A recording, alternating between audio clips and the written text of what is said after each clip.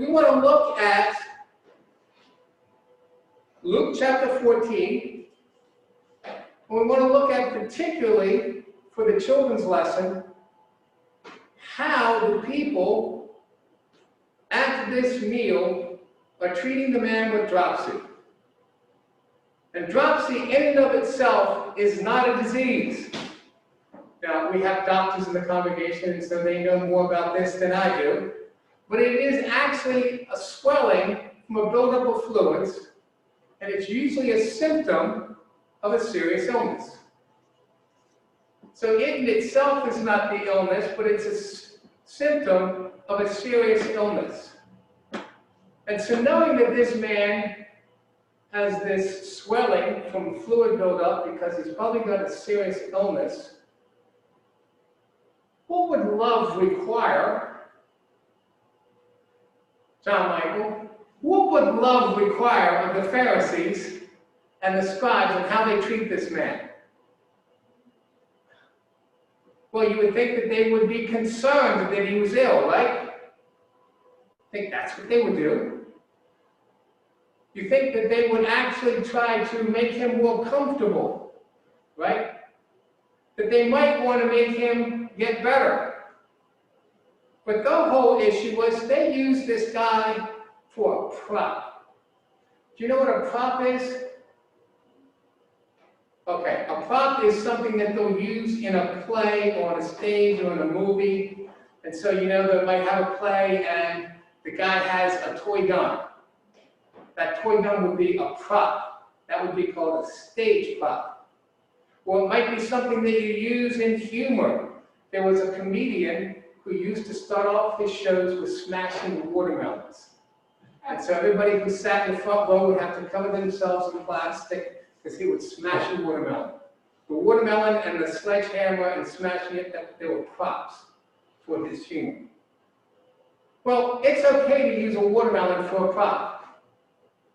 But should we use people as a prop? No.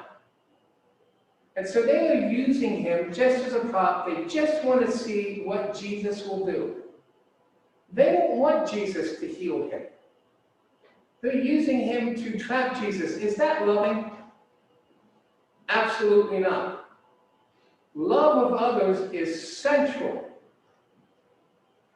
to the Christian life. Love of others is central to life in God. And they were not loving. They were at best indifferent. And we can't be indifferent to the suffering of others. So I want you to think about, Jonathan, John Michael, what you can do to show that you're loving for others. I'm going to give you a couple of ideas. One, pray for people who are sick. Pray for people who you know who are struggling. Be kind to others.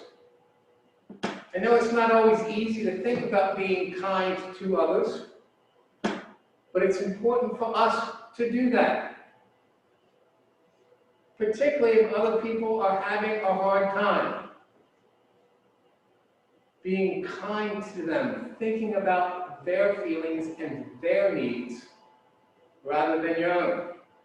Now, I know you guys would never do this. You're playing a video game, and your mom or your dad, they've had a long day, and they tell you, it's time to stop playing and get ready for bed. And you guys would never go, oh, but I want to play some more, right? You'd be like, right away. I would have been, oh, but I want to, well, not video games, because they didn't have them when I was a kid. But just another half hour of television, please. And would argue to get what I want, not thinking about the difficulties that my parents are facing, rather than thinking about myself. So be kind to them, be kind to others, be kind to people at school who are having a hard time.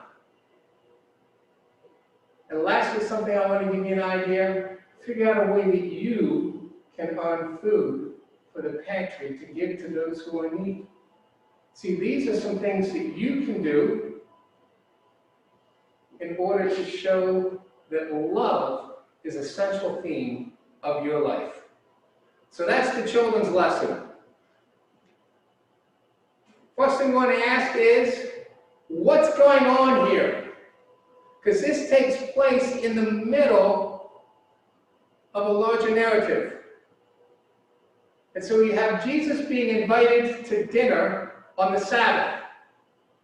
And this would be a common thing. It's a normal occurrence, that's easy for you to say, for people to get together for a meal after church.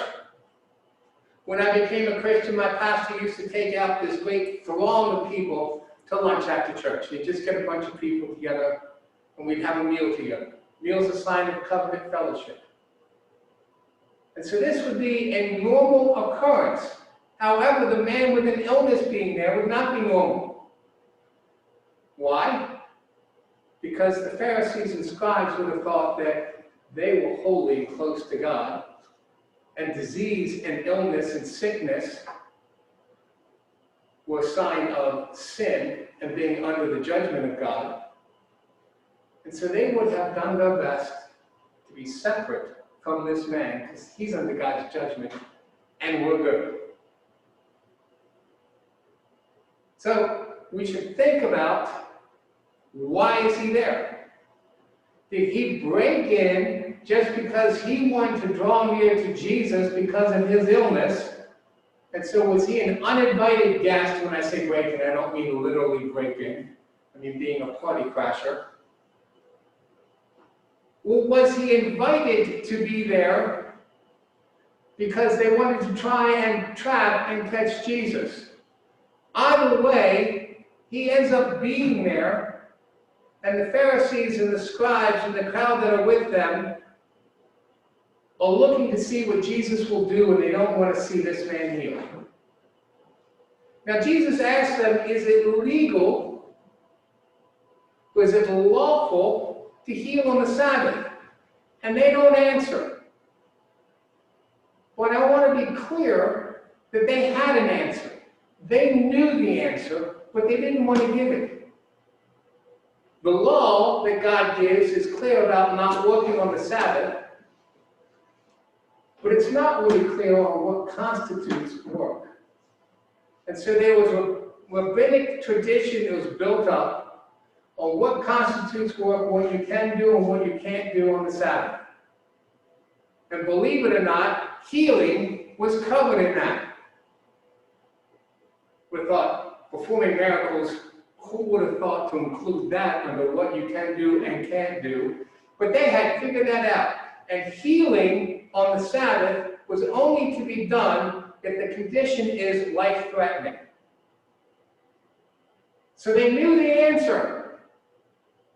They said, well, he came here, his life isn't, he's not going to die today, he'll be well tomorrow. The law says you have to wait till tomorrow to heal him. That would have been their answer from their tradition. They knew it, but they didn't give it. Why didn't they give it? Well, they didn't want to give it because the last time they went after Jesus about healing on the Sabbath, he humiliated them, which he's going to do this time even though they don't answer. But the law is clear. But they don't want to give the answer. And we see several things with the Pharisees and the scribes and the crowd with them today that are the exact opposite of how we want to live as Christians. And sometimes you can follow people's examples because they do the right thing and you want to live like them. Other times, people give us the examples of what not to do. One of my favorite early videos on when people started just putting videos on YouTube and whatnot, and right after cell phones came out, was a picture of this person walking through the mall, texting, had it right into the fountain. You know, what not to do. Don't text and walk. Now we have to make all sorts of laws about not texting and driving because we don't learn so well from those examples. But that was a clear example of what not to do. And the Pharisees and the scribes and the crowd with them are a clear example of what not to do. The hallmark of life before God can be summed up in Micah 6:8. To do justly, love mercy, and walk humbly with God. And this crowd struck out on all three accounts. I mean, that's astounding. 0 for 3. In baseball, you'd say it's just one day. Get a next game. But in life, in the people who are supposed to be leading and teaching the children of Israel and how to walk with God, to strike out on all three is astounding, particularly on the Sabbath. What day should they be most focused on? How should we live in the presence of God? And this day they are most focused on how to serve themselves. Well, one, how do they strike out? The first is, as we talked with the youth, it's the children's sermon, they used the man as a prop. They weren't interested in him, but in what Jesus would do. There was no mercy for the ill man, just contempt for Jesus. And imagine for a moment what's going through the head of somebody who invites somebody to come for a meal with a large group of people that they have contempt for.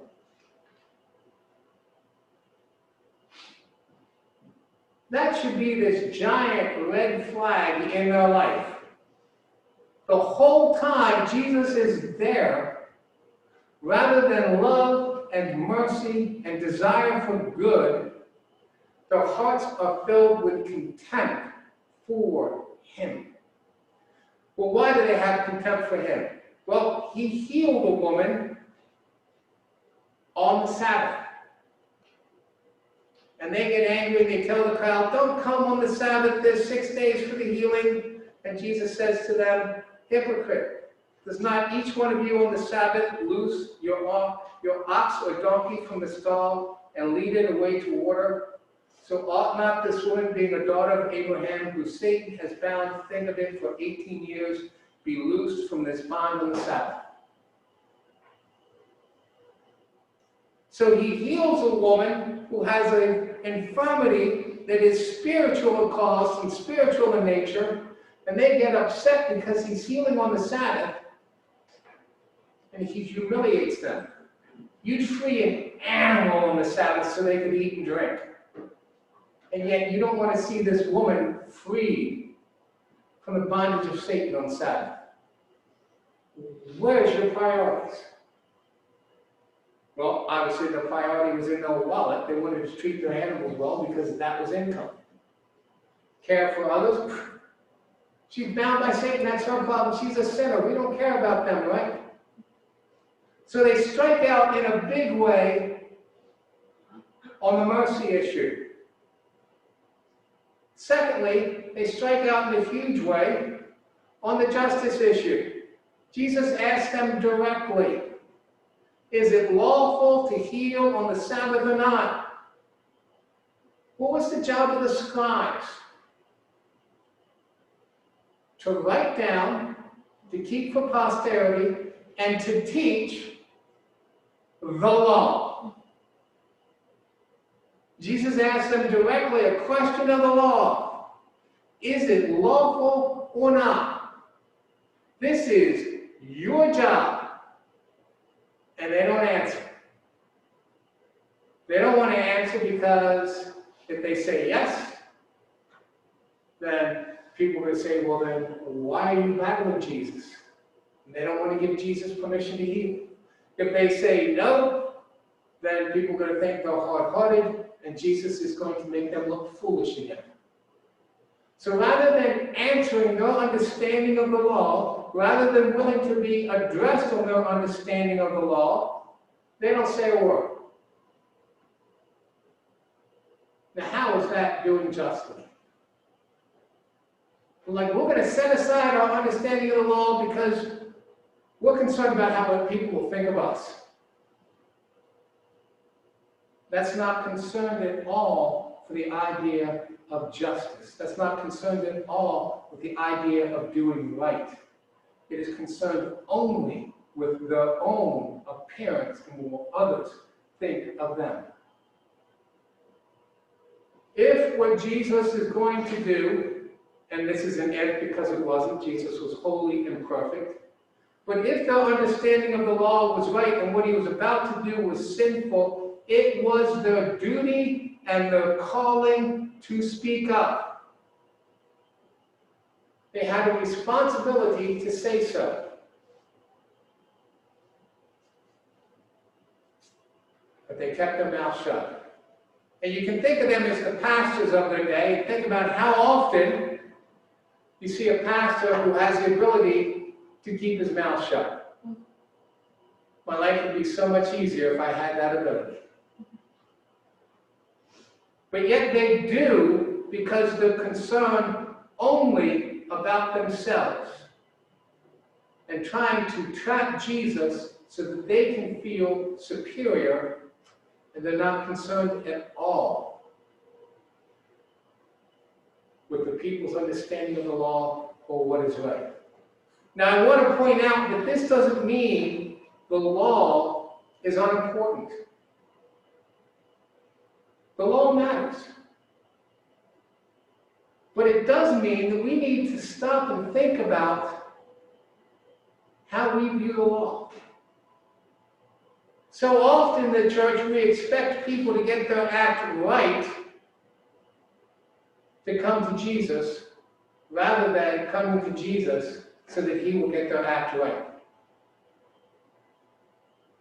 So often we expect the world to live by a standard of righteousness that in reality we don't even keep. Don't gossip. Of course, I don't gossip. I share prayer concerns.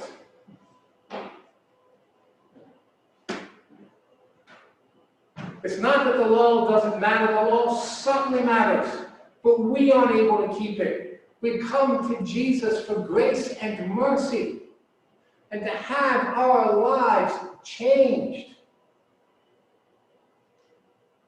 We should be bringing others to Jesus for life and mercy and to have their lives changed. We need to speak the truth about what the law says. But we need to point people to the answer to the dilemma. Jesus is the answer to sin. Jesus again uses animals to point to the hardness of heart. You'd care for your animal. If your animal fell in a well, you wouldn't sit there and think, well, I wonder if my donkey could survive until sundown. No, you'd get it out of the well. So you have this man here who has a sign of a serious illness, and you're thinking he could survive to sundown, so don't heal him now. You wouldn't even ask that question about your donkey in a well, you just get it out. You're more concerned about your wealth, your animals, your possessions, yourself, than you are about others. And the third way that they fail miserably is they have the Messiah right here in front of them. And they have no interest in meeting with God. They lack humility, and they want God on their terms, not on his terms. We must come to God in humility. And that's what Jesus is going to tell them in the little parable he's going to tell them about when you go to a dinner or a supper. We must come to God in humility. We are not able. We are dependent upon him. And when it says in Micah 6:8 to walk humbly, walk is the metaphor for living. Live humbly before God. Do we live humbly before God? Do we come to God on His terms, but on our terms? Do you ever get angry and upset because things don't go your way? Now, of course, I'm a pastor, so I never struggle with this, but I've heard that other people do. We don't get our way, we get angry, we get upset, we want God to do it our way. And when that happens, what we're really saying is that we want God on our terms, not on His terms. Lord, how could you allow this to happen? We're saying, I know better than you. And the truth is, I don't know better than God. We don't know better than God. We come on His terms, not our terms.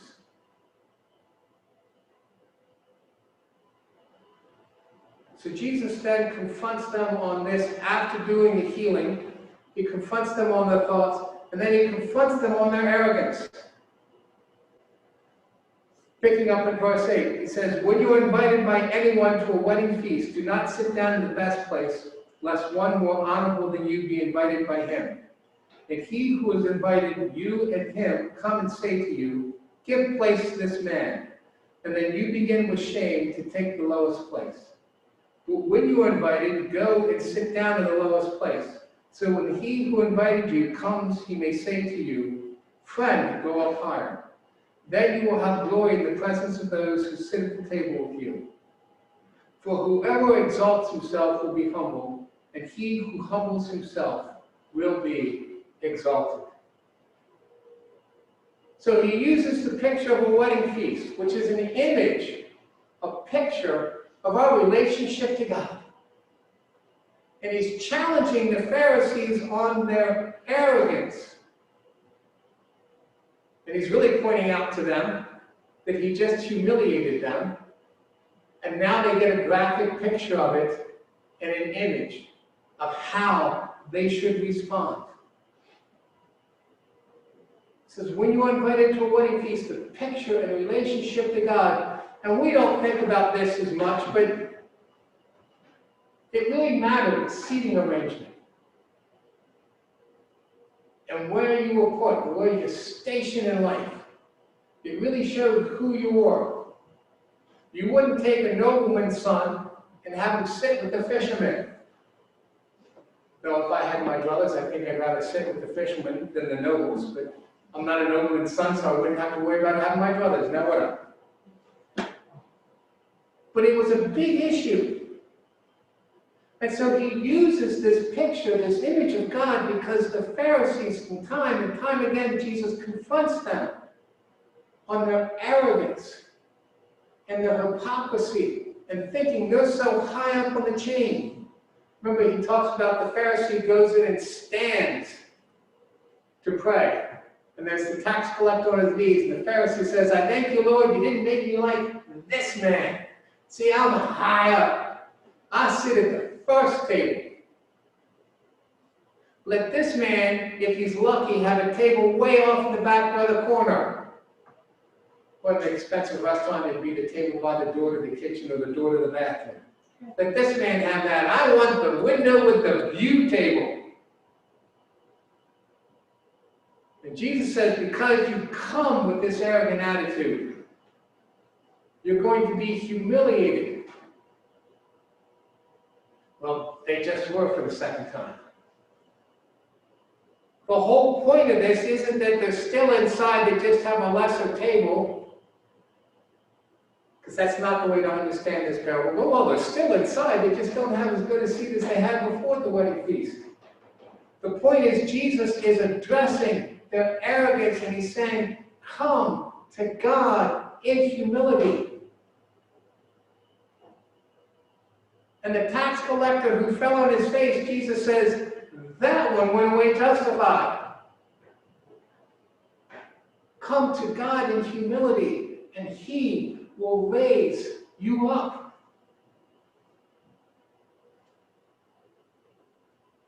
That's what Jesus is saying. Jesus is pointing out to them that they don't care about mercy or love. They don't care about justice, and they are not walking humbly with their God. Micah 6:8 says, "He has shown you, O man, what is good, and what does the Lord require of you, but to do justly, to love mercy, and to walk humbly with your God." Let us pray.